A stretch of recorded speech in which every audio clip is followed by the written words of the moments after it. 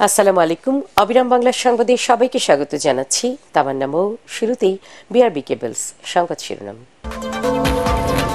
সাবেক পানি সম্পদ মন্ত্রী রমেশ চন্দ্র সেন ঠাকুরগাঁওয়ে গ্রামের বাড়ি থেকে আটক, ঢাকায় আনছে ডিবি।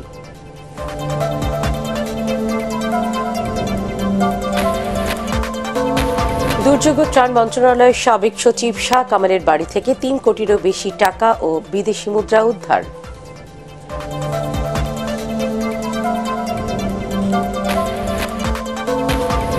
উপদেষ্টা পরিষদের জরুরি বৈঠক, পলাতক মেয়র, কাউন্সিলর ও জেলা উপজেলা চেয়ারম্যানদের অপসারণে আইন সংশোধন।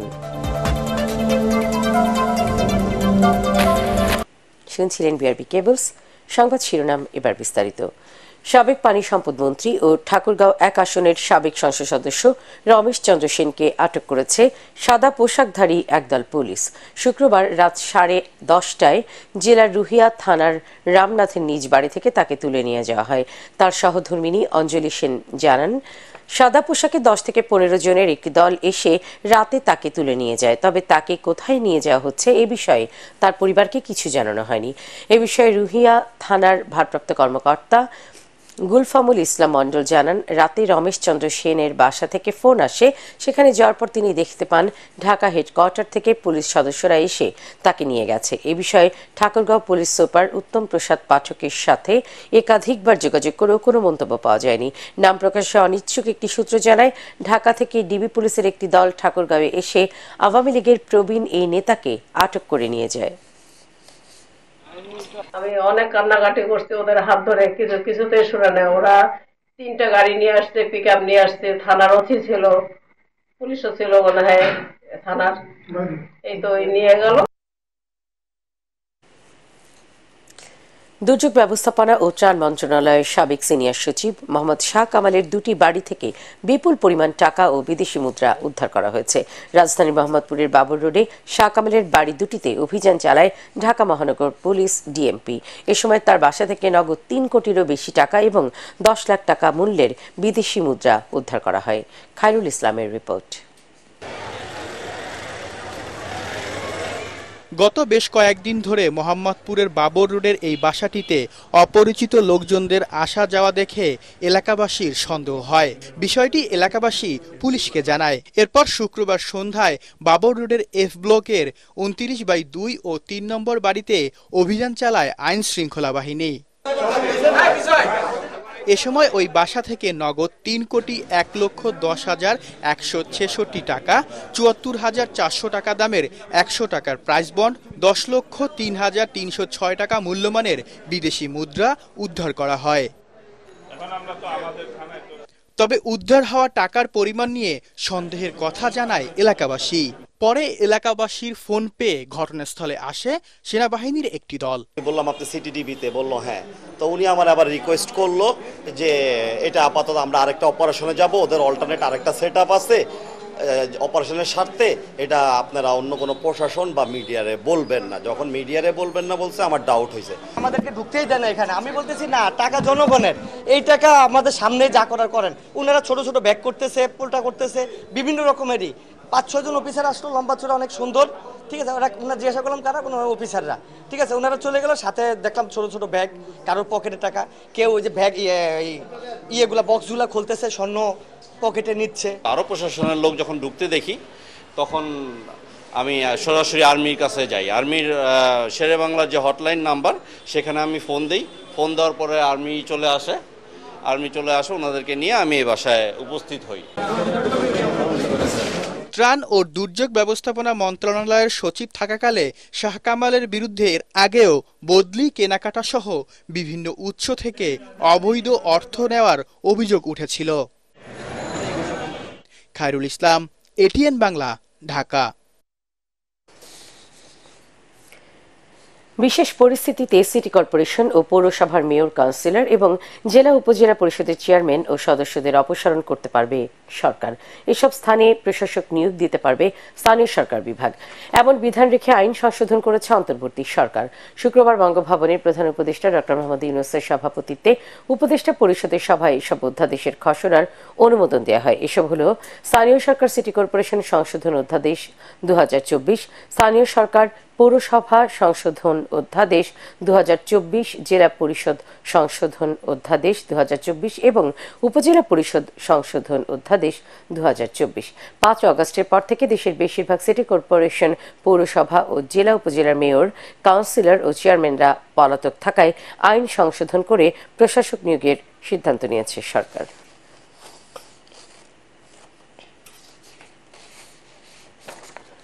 অন্তর্বর্তীকালীন সরকারের নতুন 4 উপদেষ্টাকে দপ্তর বন্টন করা হয়েছে। ওয়াহিদুদ্দিন মাহমুদ পেয়েছেন পরিকল্পনা ও শিক্ষা মন্ত্রণালয়, আলী ইমাম মজুমদার প্রধান উপদেষ্টার কার্যালয়ে সংযুক্ত, মোহাম্মদ ফাউজুল কবির খান বিদ্যুৎ, জ্বালানি, সড়ক পরিবহন ও সেতু এবং রেলপথ মন্ত্রণালয় এবং জাহাঙ্গীর আলম চৌধুরী পেয়েছেন স্বরাষ্ট্র ও কৃষি মন্ত্রণালয়। শুক্রবার বিকেলে বঙ্গভবনে শপথ নেন নতুন এই উপদেষ্টারা। এছাড়া বেশ কিছু মন্ত্রণালয় পুনঃবন্টন করা হয়েছে। উপদেষ্টা ব্রিগেডিয়ার জেনারেল অবসরপ্রাপ্ত সাখাওয়াত হোসেনকে স্বরাষ্ট্র মন্ত্রণালয় থেকে সরিয়ে বস্ত্র ও পাট মন্ত্রণালয়, আসিফ নজরুল আইন ও প্রবাসী কল্যাণ এবং সংস্কৃতি মন্ত্রণালয়, আদিলুর রহমান খান শিল্প এবং গৃহায়ণ ও গণপূর্ত মন্ত্রণালয়, রিজওয়ানা হাসান পরিবেশ ও বন এবং পানি সম্পদ মন্ত্রণালয়, সালেউদ্দিন আহমেদ অর্থ ও বাণিজ্য মন্ত্রণালয় পেয়েছেন। এছাড়া নাহিদ ইসলাম ডাক, টেলিযোগাযোগ ও তথ্য মন্ত্রণালয়, আসিফ মাহমুদ যুব ও ক্রীড়া এবং শ্রম কর্মসংস্থান মন্ত্রণালয় এবং ফারুকি আজম মুক্তিযুদ্ধ ও দুর্যোগ ব্যবস্থাপনা মন্ত্রণালয়ের দায়িত্ব পেয়েছেন। চাকরি থেকে অব্যাহতি পাওয়া মেজর জেনারেল জিয়াউল হাসানকে হত্যা মামলায় 8 দিনের রিমান্ড মঞ্জুর করেছেন আদালত। রাজধানীর নিউমার্কেট থানায় দায়ের করা দোকান কর্মচারী শাহজাহান হত্যা মামলায় 10 দিনের রিমান্ড আবেদন করলে আদালত 8 দিনের রিমান্ড মঞ্জুর করেন। নিজেকে নির্দোষ দাবি করে আত্মপক্ষ সমর্থন করে আদালতে বক্তব্য দেন জিয়াউল হাসান। মিজান শাহজাহানের রিপোর্ট। কড়া নিরাপত্তায় সাবেক সেনা কর্মকর্তা মেজর জেনারেল জিয়াউল হাসানকে ঢাকার মুখ্য মহানগর হাকিম আদালতে হাজির করে পুলিশ। বিচারক আরাফাতুর রাকিবের আদালতে শুনানিতে রাষ্ট্রপক্ষের আইনজীবী বলেন, আসামি ক্ষমতার অপব্যবহার করে অসংখ্য গুম খুন করেছে। রিমান্ডে জিজ্ঞাসাবাদ করে এ বিষয়ে আরও তথ্য পাওয়া যাবে। অন্যদিকে জিয়াউল হাসানের আইনজীবী দাবি করেন, তার মক্কেল গোয়েন্দা বিভাগে কাজ করেননি। আয়না ঘরের সাথে জিয়াউল হাসানকে জড়িয়ে মিথ্যা তথ্য দেওয়া হচ্ছে। আয়না ঘরের আজকের রূপকার ছিল আজকের আসামি। একটি ব্যক্তির ক্ষমতাকে কুক্ষিগত করার জন্য, স্থায়ী করার জন্য আজকের এই আসামির মতো কয়েকজন উচ্চ পদস্থ সেনাবাহিনীর কর্মকর্তা, পুলিশ কর্মকর্তা, র্যাব কর্মকর্তারা মানুষের কণ্ঠ চেপে ধরেছিল। আদালতের অনুমতি নিয়ে আত্মপক্ষ সমর্থন করে জিয়াউল হাসান আদালতে বক্তব্য দেন। শুনানি শেষে আসামের জামিন আবেদন নামঞ্জুর করে 8 দিনের রিমান্ড দেন আদালত। বিজ্ঞ আদালত তার পক্ষে একজন আইনজীবী, তার আপন বোন ছিলেন আজকে আদালতে। যেহেতু বোন, সে তো আসতে হবে, আসতে হয়, সেজন্য উনি এসেছিলেন, উনি বক্তব্য রেখেছেন। আদালত উভয় বক্তব্য শুনানি অন্তে 8 দিনের রিমান্ড মঞ্জুর করেছেন। ক্যামেরার সামনে কথা বলতে রাজি হননি জিয়াউল হাসানের আইনজীবী নাজনীন নাহার। র্যাবের অতিরিক্ত মহাপরিচালক থাকাকালীন বেশ আলোচিত হন তখনকার কর্নেল জিয়াউল হাসান। নারায়ণগঞ্জে 7 খুন হয় তার সময়কালে। পরে ব্রিগেডিয়ার জেনারেল ও মেজর জেনারেল হিসেবে পদোন্নতি পান। 6 আগস্ট চাকরি থেকে অব্যাহতি পাওয়ার আগ পর্যন্ত ছিলেন এনটিএমসির মহাপরিচালক। বিরোধী নেতাদের ফোনে আড়ি পেতে তথ্য ফাঁস করার অভিযোগ আছে তার বিরুদ্ধে। বৈষম্য বিরোধী আন্দোলনের সময় ইন্টারনেট বন্ধের নির্দেশদাতা হিসাবে নাম এসেছে স্বরাষ্ট্র মন্ত্রণালয়ের আওতায় থাকা এনটিএমসির বিরুদ্ধে। মিজান শাহজাহান, এটিএন বাংলা, ঢাকা। ছাত্র জনতার আন্দোলনে আহতদের তালিকা করে সুচিকিৎসা নিশ্চিত করতে না পারা অন্তর্বর্তীকালীন সরকারের প্রথম ব্যর্থতা বলে মন্তব্য করেছেন বৈষম্য বিরোধী ছাত্র আন্দোলনের অন্যতম সমন্বয়ক হাসনাত আব্দুল্লাহ। শেখ হাসিনা জাতীয় বার্ন ও প্লাস্টিক সার্জারি ইনস্টিটিউটে স্ট্যান্ড উইথ দ্য ইনজিউর্ড কর্মসূচির সংবাদ সম্মেলনে কথা বলেন তিনি। কোনো আশ্বাস বা কারো উপর দোষারোপ নয়, 24 ঘন্টার মধ্যে সুচিকিৎসা নিশ্চিতে দৃশ্যমান পদক্ষেপ নেওয়ার দাবিও জানান তিনি। বৈষম্য বিরোধী ছাত্র আন্দোলনের সমন্বয়ক পরিচয়ে কেউ কোনো অপকর্ম করলে আইনশৃঙ্খলা বাহিনীর হাতে ধরিয়ে দেওয়ার আহ্বান জানান এই সমন্বয়ক। রাজনৈতিক দল গঠনের বিষয়ে সাংবাদিকদের এক প্রশ্নের জবাবে হাসনাত বলেন, এ বিষয়ে এখনো কোনো সিদ্ধান্ত নেননি তারা।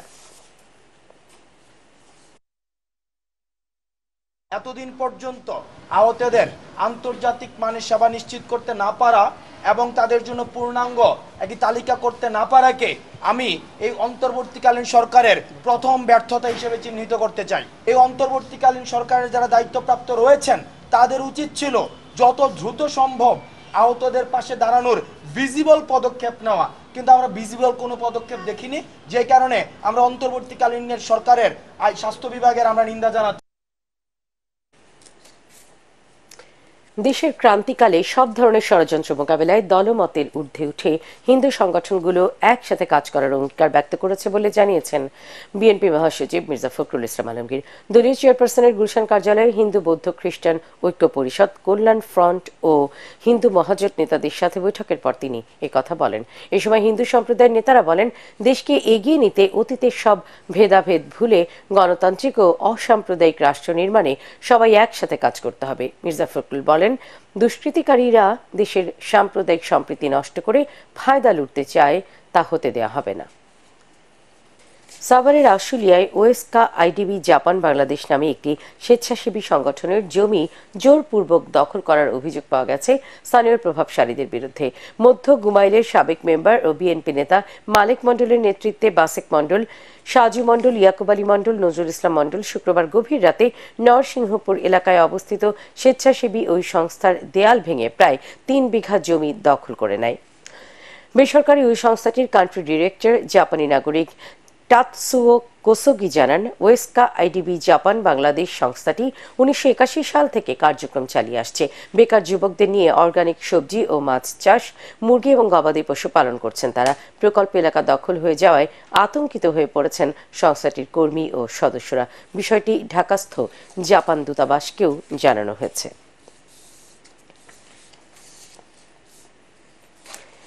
সংস্কারের অভাবে বেহাল দশা মাগুরা কেন্দ্রীয় বাস টার্মিনালের। দক্ষিণাঞ্চলে যোগাযোগে এই টার্মিনাল গুরুত্বপূর্ণ হলেও দুর্ভোগের শেষ নেই এর পরিবহন সংশ্লিষ্টদের।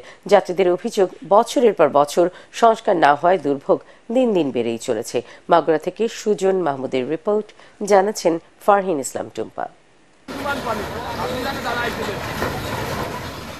ঢাকা সহ অন্তত 10 জেলায় দূরপাল্লার যাত্রী পরিবহন হয়ে থাকে মাগুরা পৌর বাস টার্মিনাল থেকে। তবে প্রতিষ্ঠার 2 যুগের বেশি সময় পরও সংস্কার হয়নি জেলার একমাত্র এই টার্মিনালটি। টার্মিনাল জুড়ে তৈরি হয়েছে ছোট বড় গর্ত, ভাঙা সড়ক, নেই কোনো যাত্রী ছাউনি। অল্প বৃষ্টিতেই তৈরি হয় জলাবদ্ধতা, ফলে ভোগান্তিতে পড়তে হয় যাত্রীদের। আমাদের এখানে ড্রেনের ব্যবস্থা নেই, কোনো কিছুর ব্যবস্থা নেই, তাহলে আমরা কি করে থাকবো? আমাদের বৃষ্টি নামলে সব ঘর মার তলায় যায়। একটু আগে এখানে একটা গাড়ি উল্টে গেছে। মাগুরা টার্মিনালটা সেই আজকে অনেকগুলো বছর ধরেই দেখছি এরকম ভাঙাচোরা। কোনো রকমের বৃষ্টি হলে পারে পানিতে যে আমাদের এই গাড়িগুলো সব ফাঁসে যায়, এই যে অটোগুলো, রিক্সা। 2001 সালে বড় ধরনের সংস্কার কাজের পরিকল্পনা নেওয়া হলেও নানা জটিলতায় থমকে আছে এর কাজ। কবে নাগাদ সংস্কার কাজ শুরু হবে তা জানে না পৌর কর্তৃপক্ষ।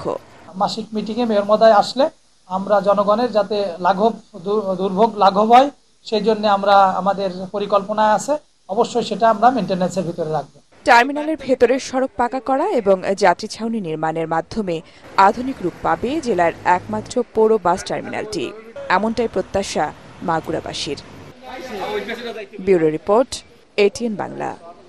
সাভার উপজেলা পোস্ট অফিসে রাখা গ্রাহকদের প্রায় 12 লাখ টাকা গায়েবের পর কর্তৃপক্ষ দাবি করছে টাকাসহ সিন্দুক লুটে নিয়েছে দুষ্কৃতিকারীরা। তবে এলাকাবাসী অভিযোগ করেছেন, ছাত্র আন্দোলনকে পুঁজি করে নিজেরাই টাকা সরিয়ে এখন নাটক করছেন সেখানকার কর্মকর্তা কর্মচারীরা। সাভার উপজেলা পোস্ট অফিসের পোস্টমাস্টার শামিমা সুলতানা বলেন, তাদের গ্রাহকের আমানত 11,70,897 টাকা গায়েব হয়েছে। টাকাগুলো সিন্দুকে ছিল। সিন্দুকটি সাভার মডেল থানার ডিউটি অফিসারের রুমে রাখা হয়। প্রায় 10 মণ ওজনের সিন্দুকটিতে 2টি বড় তালা লাগানো ছিল। হামলা চালিয়ে ওই সিন্দুক লুটে নেওয়া হয় বলে অভিযোগ করেন তিনি। পার্টিক্স খেলার খবর।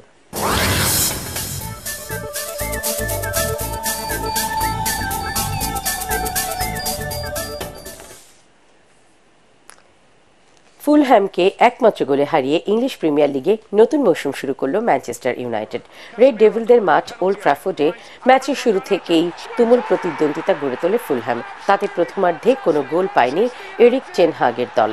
খেলার 87 মিনিটে ডাচ ফরওয়ার্ড জোসা জিগজি যে গোলটি করেন তাতেই নিশ্চিত হয় ম্যানচেস্টারের জয়। ইংলিশ প্রিমিয়ার লিগে অভিষেক ম্যাচে গোলের দেখা পেলেন ডাচ ফরওয়ার্ড জোসা জিগজি।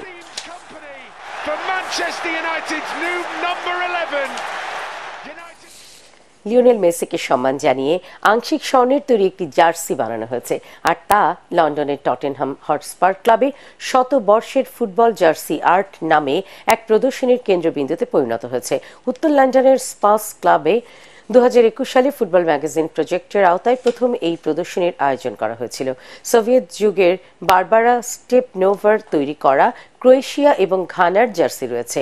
এর মধ্যে আয়াক্সের সাথে বিখ্যাত চিত্রশিল্পী ভ্যান গগের যুদ্ধবদ্ধতায় তৈরি করা জার্সিও প্রদর্শিত হয়েছে। প্রদর্শনীটি চলবে ইংলিশ প্রিমিয়ার লিগ শেষ না হওয়া পর্যন্ত।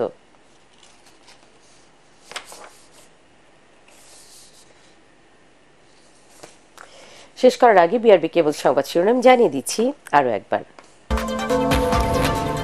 সাবেক পানি সম্পদ মন্ত্রী রমেশ চন্দ্র সেন ঠাকুরগাঁওয়ের গ্রামের বাড়ি থেকে আটক, ঢাকায় আনছে ডিবি।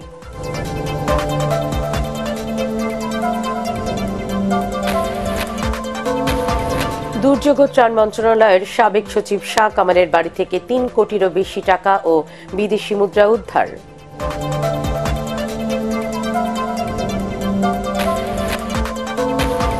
উপদেষ্টা পরিষদের জরুরি বৈঠক, পলাতক মেয়র, কাউন্সিলর ও জেলা উপজেলা চেয়ারম্যানদের অপসারণে আইন সংশোধন।